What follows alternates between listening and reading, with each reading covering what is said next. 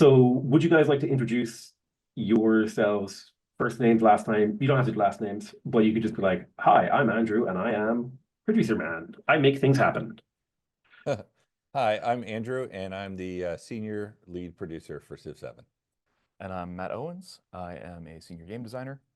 Started about a year and a half ago now, and yeah, excited to be working on Civilization 7. Sick. And so, like, a lot of people listening might not actually know what a producer is. So, what's like the one sentence understanding of a producer in the video game field? Oh man, I'll give you a paragraph. pressure! This is honestly one of the hardest. You said you were an interviewer. Yeah, this is the hardest interview question I've ever had.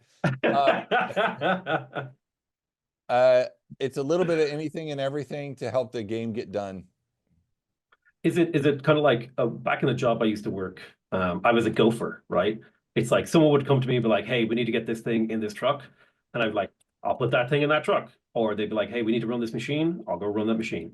It's there are times where it is that. There's a lot of times where it's helping make the tough call. A lot of times, I will say, my big joke is whenever I'm playing a video game with a friend or whatever, and I see a bug, I'm like, my heart goes out to the producer who said we can't fix that in time, so we'll have to ship you that known bug. So it's my people that are the ones that you get to blame for like the bugs being out there. We're like, sorry, we don't have the time. We got to get this shipped. All right, give me 2 seconds. I'm just going to write down in all caps, blame Andrew. So I said my people, not all me specifically. well, but for me, for Civ 7, I'll blame you. Hmm. Okay, interesting. So, like, that's a really interesting idea that, like, behind every bug in a video game is a producer just like with his hand on his forehead, like, "Oh God, oh God." It's not actually that, but it is sometimes. Yeah, we're the ones who have to help make the tough calls. You know, design, art, creative. They're coming up with all the really interesting things that we want to do. What's really important, what's exciting, and a lot of times we have to say, okay, well, you've said these 10 things are important. Right. Based on the importance of all the 10 things, this is actually the most important Stack rank thing. them. Stack Here's rank the 'em. literal tier Yeah. list. Break it down. What's S tier? What's A tier? Yeah, and it's a lot of Amazing. guiding that conversation and helping even just echo back to the team what they've said is important. I And figured it out. yeah, So like uh Matt, he's like the hippie. He comes in, he's like, "Oh, dude, we're gonna have like 47 features. We're gonna paint My that wall parade. purple. We're gonna do this." And then you're in the suit and you're like, "You need to paint the wall or have 5 features. You gotta pick." it's not a completely unfair summary. So Matt, could you explain? Well, we kind of explained it a little bit, but what do you do? A senior game designer, did you say? Senior game designer, yeah. So basically, once you get to the senior level, it is being in charge of a full feature set, typically. I was asked specifically to come in and work on things like the meta progression system that we recently released the dev diary about. And yeah, so sort of just trying to figure out what that meant at a high level, what it would take to accomplishment, the amount of content that we need to generate to make it fleshed out and feel compelling to our players, and then how we would actually integrate it into a game like Civilization 7 that hasn't really had something quite like that before. No, and it is an interesting challenge to bring a meta progression system to a game that's, well, a series that's never had it before. Um, what what was your starting point? Like, what did you have? Did you just like how do you start that process of being like, okay, here's a game that's never had this feature, but it's common in the industry. How do I even begin to integrate that, right? Like, because I think there's two forms of meta progression. There's your account progression, and then there's a leader progression. Yep. Yep, exactly. The foundation path and then each one of the individual leader paths. So honestly, yeah, it is one of the challenging things that we have to figure out in terms of like, okay, hey, this hasn't existed before, but it needs to play nicely with all the systems that people know and love in Civilization. So it begins by me talking to each one of our other designers, saying like, okay, hey, I've taken a look at this system. I understand that this is how the attribute system works. If I wanted to do something that gave a point, what would that take? What would that do to your system? Is that going to throw everything completely out of whack? Then it is at the highest possible level, really just taking inspiration from other games, like you said, that have implemented really effective meta progression systems. I'm a big fan of roguelites in their many different forms. Hades, the Caves of Cud that just came out is actually a true roguelike, but Yeah, these I kind love of Caves games Cut. that, That's a great game. yeah, it's been a lot of fun playing through that. Looking at, I remember at the time when I was designing it, I was playing a game called Halls of Torment 2. And I remember what I liked about their meta progression system was they were obviously riffing off of old ARPGs like Diablo and having you equip your character with stuff, and that equipment carries over in a very intelligent way. And I was like, we've talked a lot about making our leaders more like RPG characters. What Mm. does that look like if we took that to its logical conclusion? Could they be equipped with gear? And what would that look like? What would that feel like? Then I just, like I said, talked to a lot of different people, bounced the idea off of folks like Ed and Carl, Bill, Tim, everybody on the design team, basically, and tried to figure out where is the best place for us to integrate it, and then fleshed it out from there. I think one of the really cool things when Matt started, I remember, was just we had a lot of ideas of what meta progression needed to do, but not we had a box, and we're like, what, Matt, figure out what goes in this box. It's got to be something that feels honest to the brand. It's got to feel something that's like does not become there's no monetization, there's no paying for anything. So it's got to fit all of these requirements. And like you said, he went through all these conversations and he came out and, the team was like, yeah, that's what we meant. There you go. Obviously, Yeah. God, Very did it take cool. you so long? That's awesome. Yeah, I think so far I haven't spent too much time with the meta progression, but what I have spent time with, I have enjoyed unlocking certain abilities for different leaders and stuff like that. I personally, I'm the kind of player where I would be like, listen, dude, just let me pay the $10 and have all of the meta progression because I'm an optimizer. So like the first thought when I saw the meta progression game, I was like, okay, so I'm gonna have to grind lowest difficulty games to unlock all the abilities. And that's just who I am, right? Whereas a more natural way for players to do it would be just play the game, right? And you'll unlock cool new toys. But I'm like, I want that ability at level 9, so I'm gonna do all the wrong ways to play the game to get that ability. Um, but I It's do love really the challenging. idea. Sorry, go ahead. I do love the idea of leaders have equipment. Like imagine like it's like, oh, who are you playing today? It's like, oh, I'm gonna play Tecumseh. And it's like, I'm playing Augustus with a level 7 Sword of Truth that allows my units to create culture when they, It definitely, I mean, I think that's one of the things that, the system that Matt designed, one of the things was to give legs to, that continued adjustments to your play style. You already have it used to be, okay, well, I'm going to do this leader and I'm going to go for this victory. And now it's like, well, I'm going to do this leader plus this civ, which is different than how I did it. And now it's like, well, now I'm going to do this leader and this civ, but with these mementos. And hey, I'm a dev. I got the privilege sometimes of unlocking everything real quick. Yeah. Yeah. But like it's fun to unlock that stuff and just be like, all right, I'm gonna take Tecumseh and I'm gonna take Shawnee and I'm gonna put these on, and I'm just going hardcore into what he's really good at, and that like the power that you can get from that, or a Tecumseh that has these different ones is completely different in so many ways.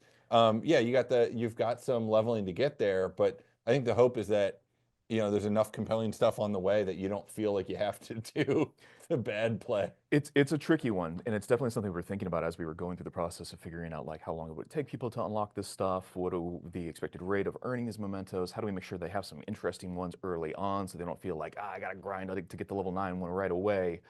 The way we thought about it and the way that we sort of finalized what our solution would be for this was it is a game that is already very complex, and we've added some complexity to it, I think, with the division of leaders and civilizations.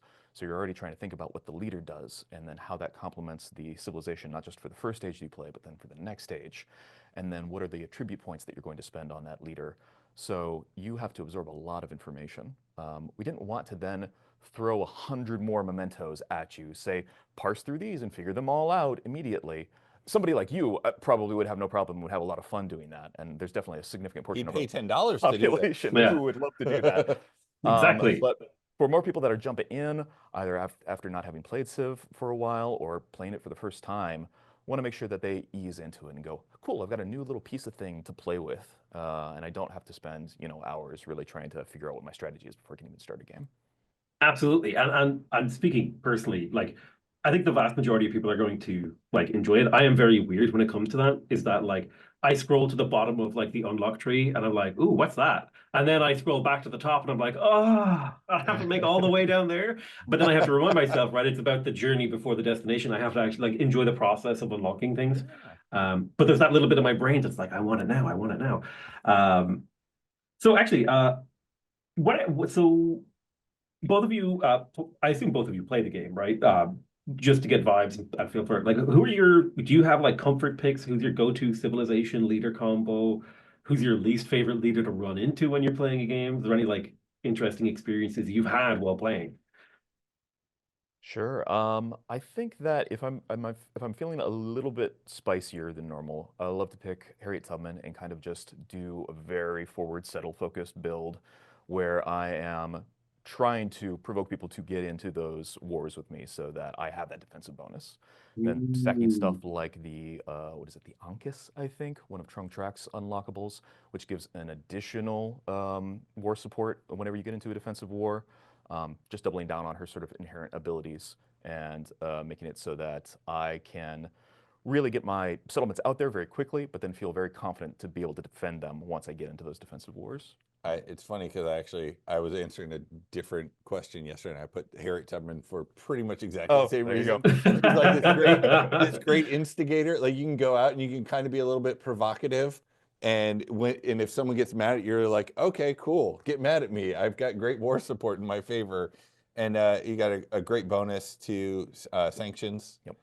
and unit movement through some of the terrain types. So it all works really well. I do love like she is great for that kind of play. Yep. And usually one of my go-tos, I do love Ben Franklin and Confucius Yeah. because both of those guys are just like awesome combos in almost any way. It's hard to play them wrong.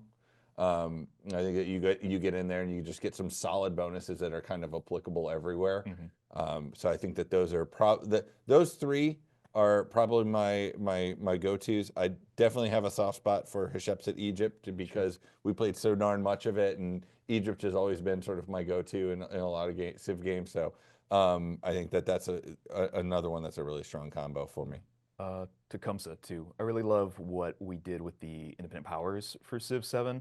So any of the leaders that give you bonuses to having more and more of those, the stacking those independent powers, suzerain is really, really cool. I think doing Tecumseh is one that I'm always happy to do, like even just because of what it reminds me of working with, like getting to go out and meet the Shawnee. I met the voice actor and showed him Tecumseh animating for the first time, playing his own voice out of that character's mouth, and like it just takes me back to that moment. So like he's awesome in gameplay, but he's also just like it's just like a fun development memory. That's awesome.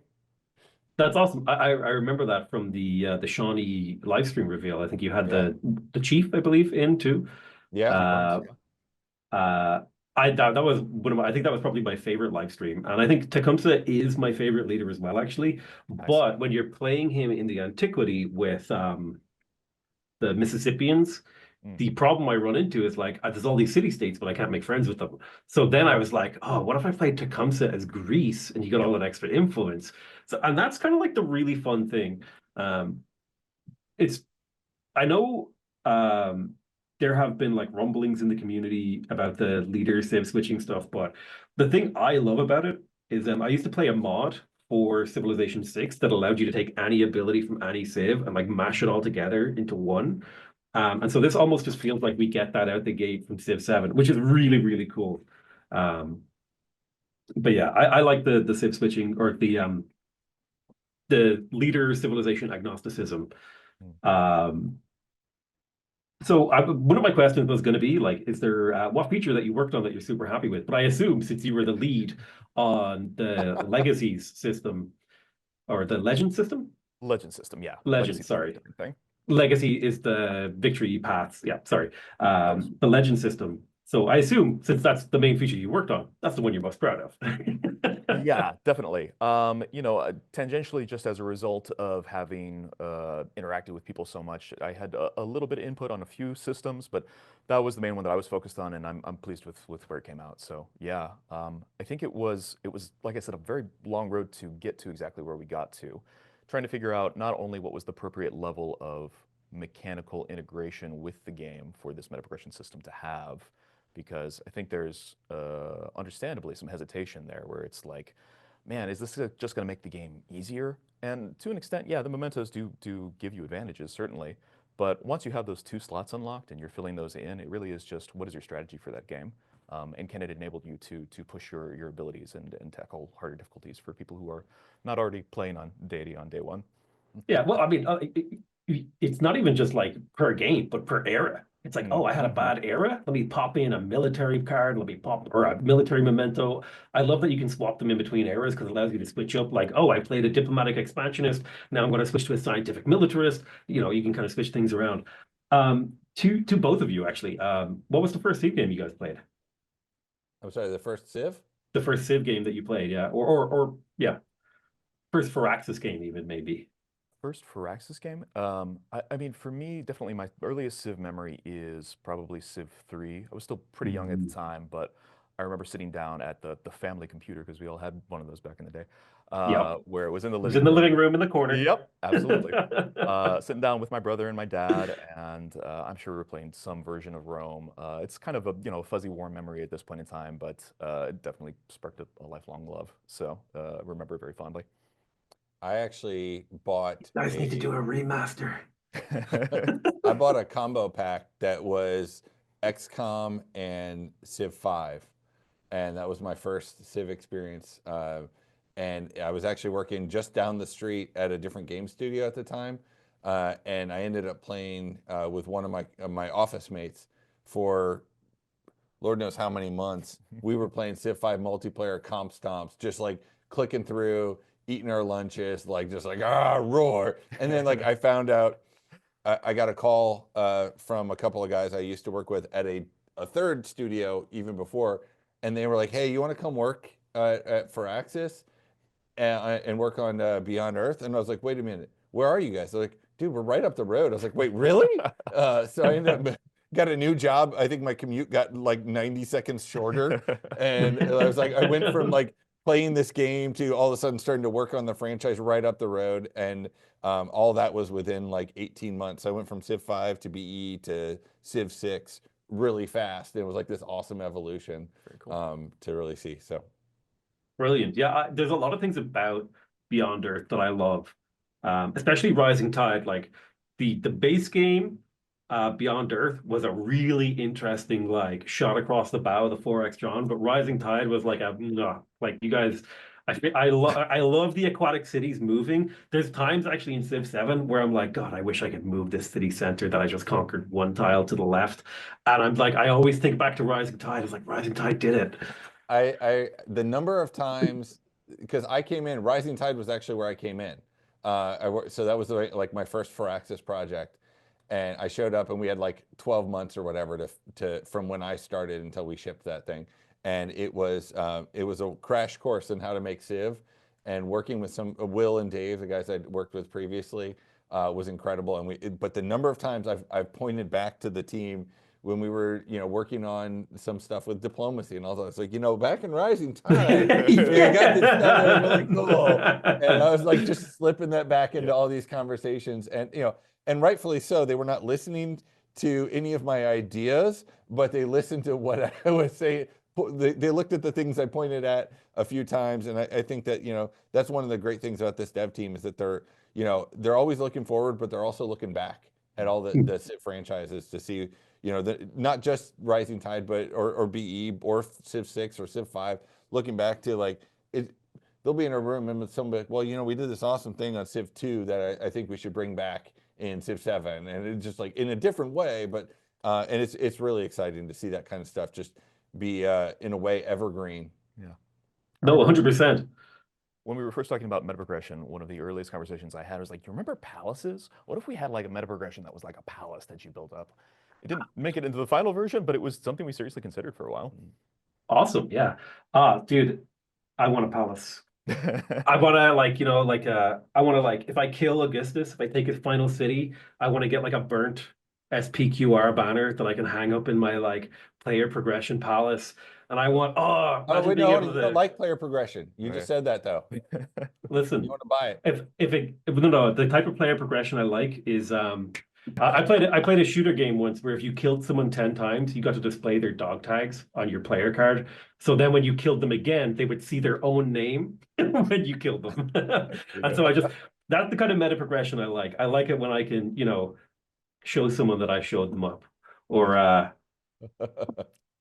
um We'll take note. Yeah. Yeah. oh yeah, yeah. That was actually something I noticed a lot about Civilization 7 as the dev diaries and information were coming out. And I went back to play Beyond Earth and Civ 5 and even Civ 4 recently. And I'm like, I'm playing through these and I'm like, this reminds me of this thing they're talking about in Civ 7. And it's really interesting that you guys have like gone back through the history of the sort of franchise and picked out what are like favorite features, what were awesome, and then tried to cram them in to this game that genuinely, when I play it, it feels like it's bursting at the seams with features. Mm. Um, so yeah, I think that's a really cool thing that you guys have done, and you guys, that's one thing I think you should be proud of is the diplomacy systems. I like the city mechanics. There's a few things I'm annoyed at about cities. Okay, where I'm like, well, uh, oh my God, have you ever placed a warehouse building in the wrong place by accident, and then you can't move it? Oh, and I'm like, Is I that why wish you I want to move your city center? yeah, I just like I don't want to be able to undo it. Um, yeah. But other than that, I think the game is really interesting, and I'm having a lot of fun trying out new strategies. I feel like every time I sit down with a new leader, I've only played two full games, right? I sit down with a new leader, and I'm like, oh, this is such a different game with this leader. This leader is so different. And then every time I unlock a memento, I'm like, okay, this actually works really well for this leader that I unlocked it with. But if I plug this into Augustus, I think my antiquity era would just go. Well, wait until when you start playing your 15th, your 16th game and you're playing the same leader, but with a different civ and another Yeah. memento. Yeah. It really does feel very different. Yeah, I really I love that system because I love one of my favorite things to do in video games is to take things that shouldn't work and make them work, right? It's like Yeah. you have this leader, let's say hypothetical leader. Oh, it's like this is kill man Mick Warface, but Sure. like you play him as like a peaceful, friendly guy, and it's like that shouldn't work, but that's what I'm doing. Yeah. Yeah. Um, so that's what I love. Like there's a lot of opportunities in the Memento system to play dichotomous gameplay, Yeah. right? Where I'm playing like a war civ, but I'm building wonders. Absolutely. And I think, we wanted to make sure that there was room for that, where I think there are different types of players, some who are always going to min-max and say, like, this is the most effective memento for this situation that's always going to let me win. But there are a lot of our players who are very creative, either literal content creators or people who just like, yeah, I want to make this weird thing work. Let me mash these things together and have fun with it, because that's, what Civ is all about. I always think of it like you can turn any dial to any setting and it'll work Mm. as long as you turn other dials too. Mm. Yeah, no, 100%. It's like if you turn the culture dial to 500%, that science dial's got to go to 20. Yeah. Um, but okay, if let's say I understand there's a whole procedure to picking which leader and civilization that goes into the game. But let's say you have the Council of Phyraxians, you're all sitting around. What civ that isn't in the game right now would you both personally champion? Like if you're like, no, we gotta get the Irish in, we gotta get the Scottish in. Like, what would you love to see personally as gamers, not as developers, right? I don't know exactly how I would do it, but I would probably do what pretty much everyone wants to do and say, okay, where's my family ancestry from, and that's the one I Mm, fight for. I got no surprise with my last name, I got a lot of Scandinavian in there, so I'd be picking somewhere from there just to get more of that in. Sure. awesome. Fish. I'm a big grand strategy player too. I play a lot of, stuff like Europe Universalis, whatever. So I've had these really great experiences with a lot of those games where I sympathize with the mythology of them and want to experience them in different formats. So things where I think a lot of people have similar experiences. Stuff like Byzantium would be really cool, but Mm. we have a lot of options on the table. We are Well, definitely. with the aegis system and the leader system, like you guys have a buffet of history to choose from because you can bring a leader in, but you don't have to bring in a civilization. But you can also bring a civilization in without having to pick a leader. You've got so much on the table. He figured it I'm out. I'm gonna yeah. Well, there you go. Well, I'm gonna just every time I see a developer, I'm like, hey, can you guys put Ireland in the game? And also, listen, if you need help designing Ireland, listen, I got a document I've been working on for like 10 years. All right, I'm ready. I'm sure you've sent it to Carl already. Yeah, he will get it. Um, no, I'm right now personally I'm more focused on giving feedback on like pain points in the gameplay because like I'm basically treating myself like a content creator, but also a QA. I'm like, here's the things that I experienced during gameplay that like uh frustrated me, annoyed me. Because like the earlier you guys get feedback on that sort of thing, the earlier you can prioritize, okay, like, you know, this problem caused 8 points of frustration. Like if we analyze how angry his message was, he used 7 curse words in this feature, but only 2 for this one. So we can like prioritize. It's funny you say that because like we've already gotten some of the feedback over to us from creators for press, and some of it we've already acted on. I think there was one that was like it came into my inbox, and I think it was less than 24 hours that we had to fix in the game. Now, rarely is that actually able to be that fast, but it was sort of like, oh yeah, we knew that was a thing. We didn't realize it was going to be as important for people as all several people were noting. So great, good feedback. Let's address that at least to some capacity. We've got a number of things like that are already in the works that we're going to get out as soon as possible. So Yeah, I was more expecting because Praxis has had for a long time a sort of cadence on how you guys do things, right? Like oh, we release it news on a Thursday, and we do it on this Thursday of the month, and like to the point where when Civilization 7 or Civilization 6 was being developed, I would like boot up my computer at 2 p.m. on a Thursday, open up the Steam news page and refresh. I was like, oh, guess there's no news today, and then I would go back to playing the game. But you guys have become a lot more unpredictable, which is kind of appreciated ever since like that New Frontier Pass era. yeah, I think it's I mean, New Frontier Pass was a lot of awesome lessons were learned in terms of like what fans are interested in, what they react to, both for Civ 6, but also just learning how the community is ingesting information, what they want and when. And I think what's been incredible is working with our partners at 2K and with the rest of the marketing team here internally has just been evolution to how we're approaching some of that stuff. And not only because, it's a new game, but also because, it's got new challenges, new opportunities. And I think one of the craziest things is, it's our first simultaneous launch for all the platforms. And in some way, this is me putting my producer hat on more than most people probably are interested in. But like, man, you would not believe what that changes. Yes, it is its own challenge in the technical ways, but in just all the operational dependencies and things we have to get through, it makes some things harder. It makes a lot of things easier, or more interesting or just different. And I think that how we communicate and when we communicate, really, really adapted because of all the changes to the game, the product offering, and all that. Yeah, no, I find that the multiple platform release thing. Um, I think I actually said it to you guys. I think it was the thing that I personally was the most spooked about because it's like it's such an ambitious and difficult just organizational task, right? Because you're communicating with multiple platform vendors, you're communicating with multiple storefront vendors, everything, right? And that all like if you want all your players, I think you have crossplay on every platform, right? Yeah.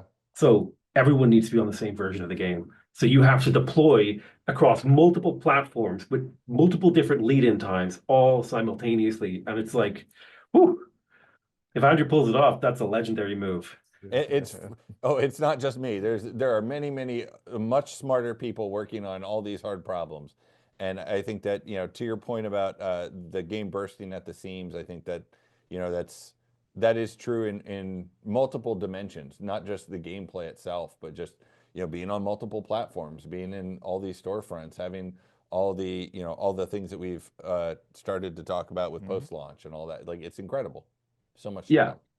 come. 100%. I do think that this Civilization game, this is like my personal opinion, is I think it is the Civ game with the highest potential level in the sense that um, previous Civilization games have had limited breathing room for scope expansion, right? You can only add so many buildings until like Civilization 6, it becomes this 500 buildings. But like if you portion it out into different chapters, the scope becomes, you could have three whole eras dedicated to one period of history. You could have pre-war, post-war, mid-war, if you were doing like say the war-based era. Um, and that's a really interesting idea. That's a really interesting concept. Um, and the game, I forgot the second half of what I was going to say. It was most ambitious, but also has like the most potential to grow post-launch. Um, whereas, yeah, I'm excited to see what you guys do with your post-launch plans.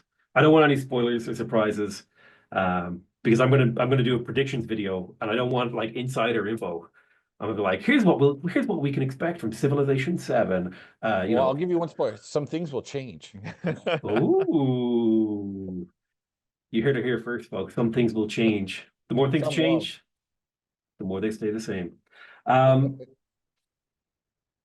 ooh, I had yeah. Do you guys got any fun office stories about working on the game? Sometime somebody fell into the Eiffel Tower Lego and knocked it over.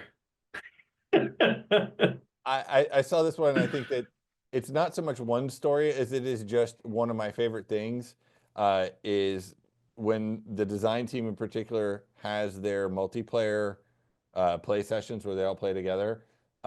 Because of where our offices are, I get to listen to all the trash talking that happens in an office. And it is absolutely a joy to watch them smack talk each other and like insult their strategies, or oh, we did this, or watch them like just overtly team up against one another. Like it's incredible. Like, oh, you put your library on that tile? That's an interesting choice, bro. Um, Um, just basic office stories. There is one where, or I like it because I look like kind of a doof, but I relatively new to the studio still. But back when it was, I think I was still in just a couple months. There's this great place that we have in the Fun Zone, which is where it's kind of our cafeteria, but also where we play lots of board games. I was planning to set up a board game that we were going to take a look at as a design team and kind of study because we thought it had a lot of really great ideas that we wanted to take a look at, see what made sense for us. Um, and what I didn't realize at that point in time was that there was a table in that fun zone where people will give things away. It's the free stuff table. So oh no. because I didn't realize that, I had walked into the room and there was a presentation going on. It was sort of like full up with other folks that were talking through something. And I was like, I don't want to disturb people. I want to make sure that this is set right here so that I know where it is when I come back and have time to set it up. I didn't know that. So inevitably, bright-eyed and bushy-tailed, the next morning I come in, I'm like, great, where's the game? Of course, somebody had looked at the free stuff table, had said, wow, a brand new board game. We should probably label that. I'm going to take this. And so I was entrusted with this by Ed, of course, to do this. So I'm immediately panicking. I'm like, I look like such an idiot right now. And immediately sent out a very sheepish message. It's like, hey, I put something on this table. I didn't think I meant for it to go away. Thankfully, people were very kind. It came back very fast, and we resolved it. But I learned a lot that day. That's great. That's amazing. Oh, I love that there's a free stuff table. I also love the idea of like my mind is instantly mischievous. So I'm like, oh my God, I'm gonna take something off your desk, put it on the free stuff table, take a picture of it, then put it on my desk and send a picture. It's like, bro, why'd you give away this picture of your family? Like, I don't understand. But I got it. Are you okay? Do you need to talk? Um, yeah, exactly. Yeah, Oh, here's a fun question. What is your personal are both of you sort of like casual fans of history? definitely. So like personally, I really love the sort of Victorian age, like from like 1830 to about like 1920, 30-ish. So like that whole period where we go from like no trains to tanks. That whole period of like factories are built, the world changes, everything becomes insane, mass media ideologies, all these sort of crazy swirling ideas. There, you've got colonization, you've got all this crazy stuff. That's like my personal favorite era of history. Is there an area of history that you guys personally enjoy? This is more fluff questions. Yeah. Um, I mean, I'm a big fan of that sort of 1400s period for similar reasons. That area of transformation where it's kind of the end of the high medieval ages, going into truly the modern era, where you go from people still being on horseback with spears to people being mounted with guns, and how it transforms not only warfare but how the world is changing shape when you have the true fall, the end of the Byzantine Empire as the Ottomans come in and take that place, and then sort of this newfound conflict between the East and the West in that particular theater. There's just so many fascinating stories from that time that I love learning more about whenever I have the chance. I think that for me, I'd go towards just more ancient history, and so to speak, ancient. Anything when I think Egyptian and Rome, I'm just like the stuff that they all pulled off with what was available at the like. Here, we're gonna make this really intricate, complex thing out of massive stones that we move hundreds of miles, like all that kind of mindset. Like what? Like I'm intimidated when I have to dig up my garden. So like when someone is saying that they did these crazy infrastructure things. Meanwhile, people are inventing the first forms of math that like and solving these existential solar things with like, well, how did you solve it? Ah, with three sticks and a cat. I'm like, Yeah. what do you mean? How did you do that?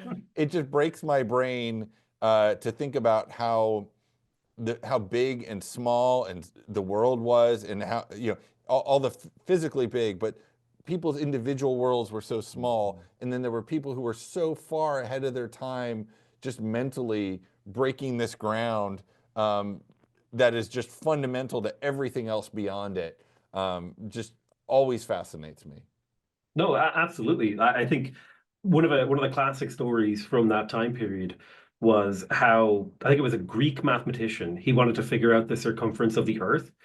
So he like sent a dude on an expedition, like all the way down the Nile with a stick, and he was like, on this day at exactly noon, I want you to measure the length of that stick. And then he did the same thing at a different stick. And using the difference in the length of the shadows, he was like, yeah, I reckon the Earth's about this big. And he was pretty Yeah, close. Like yeah. it's It's got like insane. not only did he have that idea, but it was like there was, funding and interest to send a guy with a stick hundreds of miles who probably had to say goodbye to his family for 6 months. Like, like the way Oh the yeah. world worked in that time, just that would have been a car drive and an iPhone app. Like now for us. The And funniest thing to me with that story is when people are like, "Hey, I'm having this conversation with this flat earther," and so we came to this agreement to open up a history book and basically replicate this experiment from thousands of years ago to prove that the world is actually round, because that's just how it works, and they figured that out.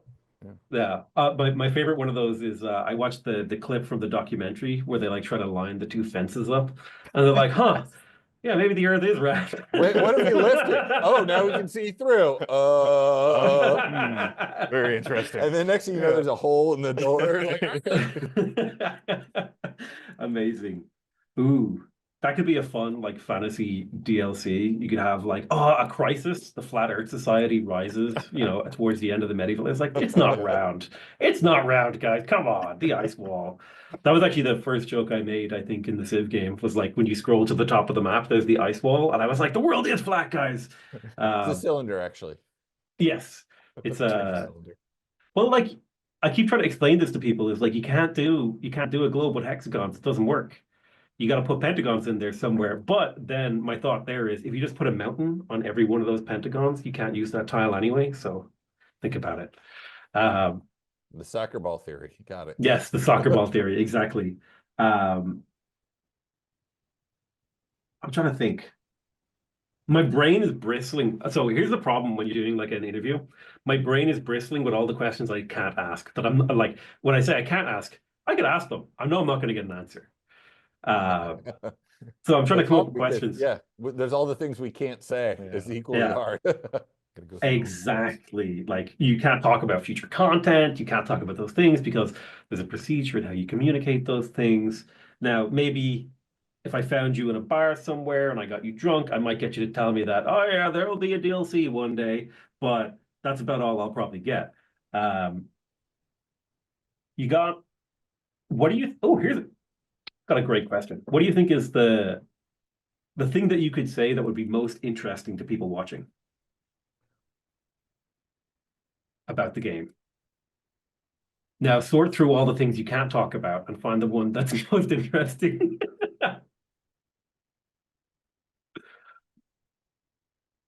Most interesting thing. Yeah, that is a good question. I would just say that I think that for as much as Civ has always been a game where we expect people to play it for hundreds of hours, to play it back hundreds of times, this feels like, to your point before, there's potential there for it to be something that is truly new every time you boot it back up. There's always some new permutation that you can experience, some new decision you make in an age transition that is going to be brand new to you. For games that I love and stuff like that, it is really exciting to me to know just how unique each experience is going to be for how long you play it. I don't I don't know that I have anything specific that I would say is interesting, but I would say that I still remember when we had a bunch of media out here, creators out here back in August of last year, and we did that presentation out in our fun zone, and we walked through the game. The thing to me that was like, I guess, interesting to me, I don't know if it's interesting to anyone else, was the look on the faces of the people in the audience when we said certain things. They're like, what? Or like, what do you mean you did that? Like the reactions that we got, I think is so interesting because it's like, it's the stuff that I guess when you're developing it can ultimately sometimes become too familiar or it seems small after you compare it to some other stuff. There's just so many little gems that will break one person's brain or a different person's brain, or like, oh my god, they finally did that. Like the room when I said, oh, and also navigable rivers, like the room was like, what? Like that and there were other people when we talked about, yeah, there's one dude who, I wish I could remember who it was. I couldn't see him because it was pretty dark. We had the lights in our faces. But like when I said there were no more builders or workers, like rocked back in his chair like this, like just completely almost knocked his socks off. And just like the number of things that are like that, like I guess to me, what's so interesting is the fact that there's so much in there that like is gonna change it for you. And every one of those people ended up, or at least I don't know if everyone, I didn't take a ticker, but like people are like, the number of people talked to me after playing it who said, when you said this, I was like, oh, I don't think it's gonna work, or you guys are wrong. And then I played it and I'm like, no, it's so much better. That's awesome. Thank you. I think that to me is what's interesting, is like how the design team has been able to subvert assumptions in really awesome and creative ways.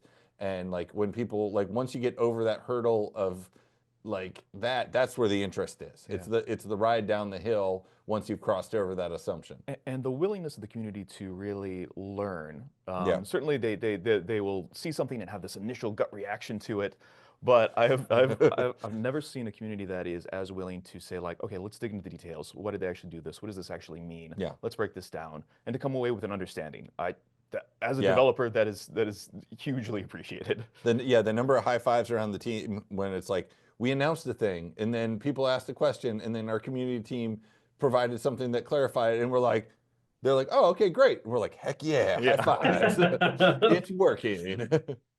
No, I definitely, I gotta say, I think change is always kind of scary. And when you're dealing with a game in a genre like Civ, where you've got, I guess, hundreds of thousands, millions, possibly billions. No, that's not exaggerating. But you've got so many different people from all across the world. There's going to be different opinions, right? But I think what was really nice is that a huge majority of everybody was like, let them cook. All right, let's see what they come up with. Like, okay, you got rid of builders. Keep your secrets, Gandalf, but I'll see how it works. The proof will be in the pudding, sort of thing. And speaking personally, I've put like 80 hours into the game over the last like week or something. Well, it's my job, so I'm pretty much like, this is my life right now. This interview is going to end, and I am going to go back to playing Civ.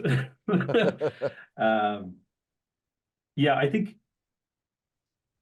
the word ambitious makes a lot of sense when applying it to Civilization 7. You guys have made so many changes for the right reasons, right? Because you're trying to directly address feedback from the players, right? The builders are annoying after, 500 turns. You don't want to move builders around anymore. So it's like, well, what if there weren't builders? How do we make that work? Um, and I can understand that, that's been in the game forever and people can sometimes be like, oh, I don't know how I feel about that. But I definitely agree that the community has been pretty open to things. Unfortunately, we had to cut that great exchange, guys. But, the viewers will just have to deal with it. Sorry for leaking all that secret information. um, yeah, I guess it's like, I don't know that I'm saying the same thing, but maybe it'll spark back what you had. But like, for me, I think what's been really just, I guess it's ultimately super interesting because the team changed so much, but it was still so authentically Civ. And watching, the the community come around to understanding, like, okay, like you said, giving them a chance to learn, say, okay, let's see what you're cooking up, but also like, man, the team was like really careful of like, yeah, if we do this, it might be neat and interesting, but does it still feel like Civ? Is it still honest to what that experience is? And you want to have, the way I think of it at least is like, you still want people to feel like they're playing Civ when you play Civ 7. It shouldn't feel like a whole unfamiliar experience. It should feel a little new. It should feel exciting and different. But you don't go into, if you watch your favorite franchise of movies and you go in and you watch, the umpteenth one in it and it feels completely different, you're gonna say, that's not my franchise, right? Like you've done something to it. I want a new story. I want new characters. I want new experience, but I want it to feel like my franchise. And I yeah. think that that's the thing that they've done so well. It's like, it does feel new. It does feel different. But once you're over that newness, the shock of the newness, then it's like, no, this is still a Civ experience. Absolutely. There's a classic comic that it's a web comic. It's like 8 frames and it summarizes all of my experiences I've ever had playing a game. It's like the developer comes out and he has this plate and he's like, here's the new patch. And the person eats it and is like, what the hell is this? I hate it. This is disgusting. Like throws it back at him. And the developer's just standing there, and then the gamer like crawls over to the plate and just continues to eat it. It's like it's like sure, I might not like the changes, but I'm gonna keep playing your game. It's not quite that nefarious, but No, but what I meant is yeah. there's always this like, oh, why did you change this? This doesn't feel good. And then like a week after playing, you're like, okay, I get it. It makes sense. So I like this patch. Yeah, I think it's it's an interesting thing to get used to in game development, is just like understanding the fortitude to balance the listening to the community and what they want, and also like having a vision of what could be next that's different and unexpected. What you have just described was like parenthood. As far as it has been explained to me, it's like you gotta like you gotta know when to encourage, but also then when to know to do the right thing. You gotta let them be free, but also rein them in a little. Which I guess that makes a lot of sense because the producer is kind of like the all-knowing patriarch or matriarch of the studio, depending. Maybe less all-knowing. So far from all knowing, but at least all spreadsheeting. Yeah. Absolutely. From the design side, at least, it can also be a part of trying to find out what the true rationale is behind the emotion. When we receive feedback about something and it's like, I hate that this changed, and that feeling persists, and people are like, yeah, no, I get it, but then we need to dig in and say, like, why is that evoking that reaction? How do we actually address it in a way that is meaningful? I laugh only because I've been that guy to walk into their office and be like, you guys got to do this, and they're like, dude, we're not going to do that.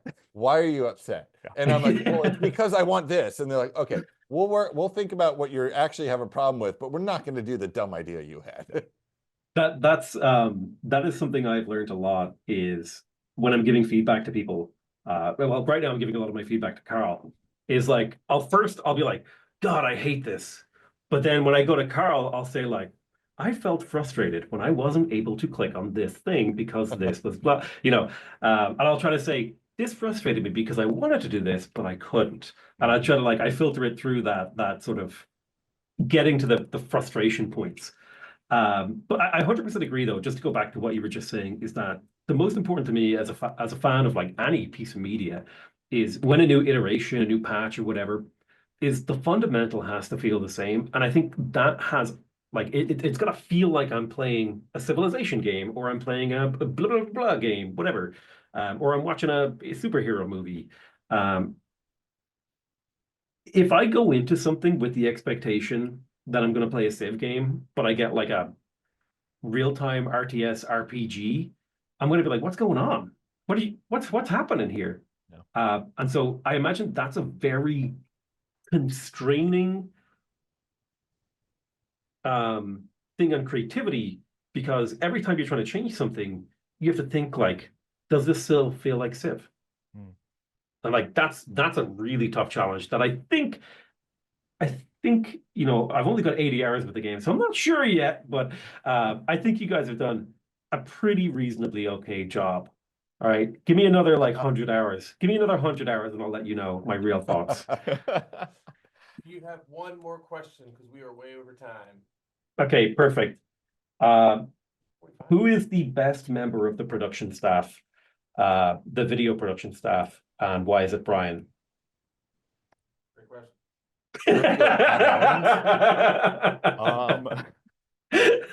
Brian, who is definitely sitting right next to me, is the best because